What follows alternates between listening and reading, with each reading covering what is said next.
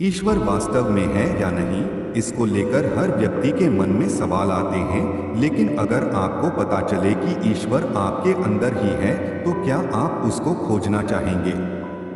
बुद्ध ने इसका एक आसान तरीका बताया है। जानिए ईश्वर के अस्तित्व पर क्या कहते हैं गौतम बुद्ध। मनुष्य अक्सर इस ऊहापोह में लगा रहता है कि ईश्वर वास्तव में है या नहीं। कई बार हम ईश्वर को सिर्फ एक ऊर्जा मानते हैं और कई बार हम इसे सर्वोच्च मानकर पूजते हैं। कई लोग ऐसे भी हैं जो ईश्वर के अस्तित्व पर शक करते हैं।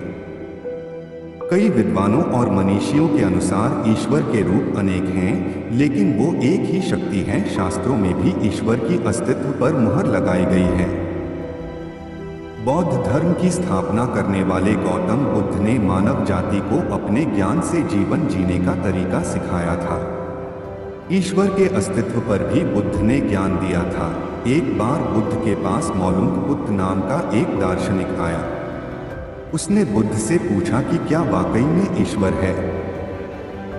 बुद्ध ने जवाब दिया, क्या वाकई में तुम्हें जानने की इच्छा है कि ईश्वर है या नहीं, या फिर तुम ऐसे ही पूछ रहे हो?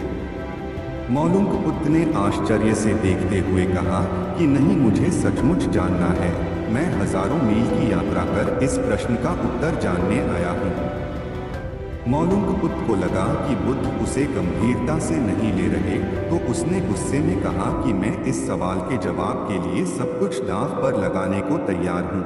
हालांकि मैं ऐसा सोचकर नहीं आया था। मुझे चुनौती मत दें। मैंने कई विद्वानों से इस प्रश्न का जवाब मांगा, लेकिन कभी मिला नहीं। बुद्ध ने कहा, मैं किसी को चुनौती नहीं देता, ये मेरा कार्य नहीं है। अगर तुम्हें अपना उत्तर चाहिए तो 2 वर्षों के लिए चुपचाप मेरे पास बैठो। इन 2 सालों में तुम्हें कुछ नहीं बोलना होगा, कोई प्रश्न नहीं करना है। यदि किसी तरह की जिज्ञासा भी हो तो उसका उत्तर नहीं मांगना। जब तुम्हें 2 साल मौन रखे हुए हो जाएं, तो उसके बाद मैं तुमसे पूछूंगा। तब तक यदि तुम्हारी जिज्ञासा ऐसी ही बनी रही तो अपना सवाल पूछना। मौलुंगपुत्त बुद्ध की ये बात सुनकर थोड़ा घबराया। उसे लगा कि जान देना तो आसान है, लेकिन 2 साल मौन बैठना मुश्किल है। परंतु उसने बुद्ध की इस शर्त को मंजूर कर लिया। उसने जैसे ही बुद्ध की इस शर्त को माना, दूसरे वृक्ष के पास बैठा एक साधु जोर जोर से हंसने लगा। मौलुंगपुत्त ने फौरन पूछा, तुम क्यों हंस रहे हो? साधु ने कहा, जैसे तू आज फंसा है वैसे मैं भी फंस चुका हूँ। मैं भी कुछ पूछने आया, लेकिन इन्होंने कहा 2 साल चुप रहो, फिर जो पूछना हो पूछ लेना। लेकिन 2 साल बाद मेरे पास कुछ पूछने को बचा ही नहीं, इसलिए तुझे चेतावनी दे रहा हूँ कि जो कुछ पूछना है अभी पूछ ले। बुद्ध ने इन दोनों की बातें सुनकर कहा, देखो मैं 2 साल बाद भी अपने वादे पर रहूंगा। तुम जो पूछोगे मैं उसका उत्तर दूंगा। अगर नहीं पूछोगे तब भी तुम्हें याद दिलाऊंगा कि कुछ पूछना है तुम्हें। देखते देखते 2 साल बीत गए। समय गुजरने के बाद बुद्ध ने कहा, मौलुंगपुत्त उठो, तुमको जो पूछना है पूछ लो। मौलुंगपुत्त हंसने लगा और बोला, उस साधु ने सही कहा था। 2 साल तक मेरी चुप्पी में इतनी गहराई आ गई, ऐसा बोध जमा हो गया। ध्यान लगाया, विचार धीरे धीरे खो गए। वर्तमान में डुबकी लगाई और फिर जिस ज्ञान की प्राप्ति हुई उसके लिए मैं आपका धन्यवाद करना चाहता हूँ।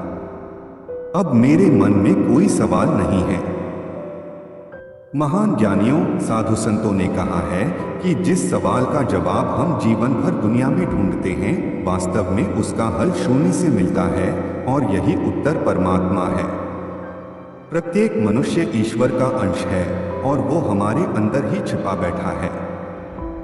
जब हम खुद में झांकते हैं तब पता लगता है कि वो अंदर ही है। मौन की अवस्था से पहले हम पूछते हैं कि परमात्मा कहाँ है, लेकिन विचारों की शून्यता और ध्यान की गहनता के बाद हम कहते हैं कि परमात्मा कहाँ नहीं है। ईश्वर हर जगह है। ईश्वर हम सबके अंदर है और हम उसे बाहर ढूंढते हैं।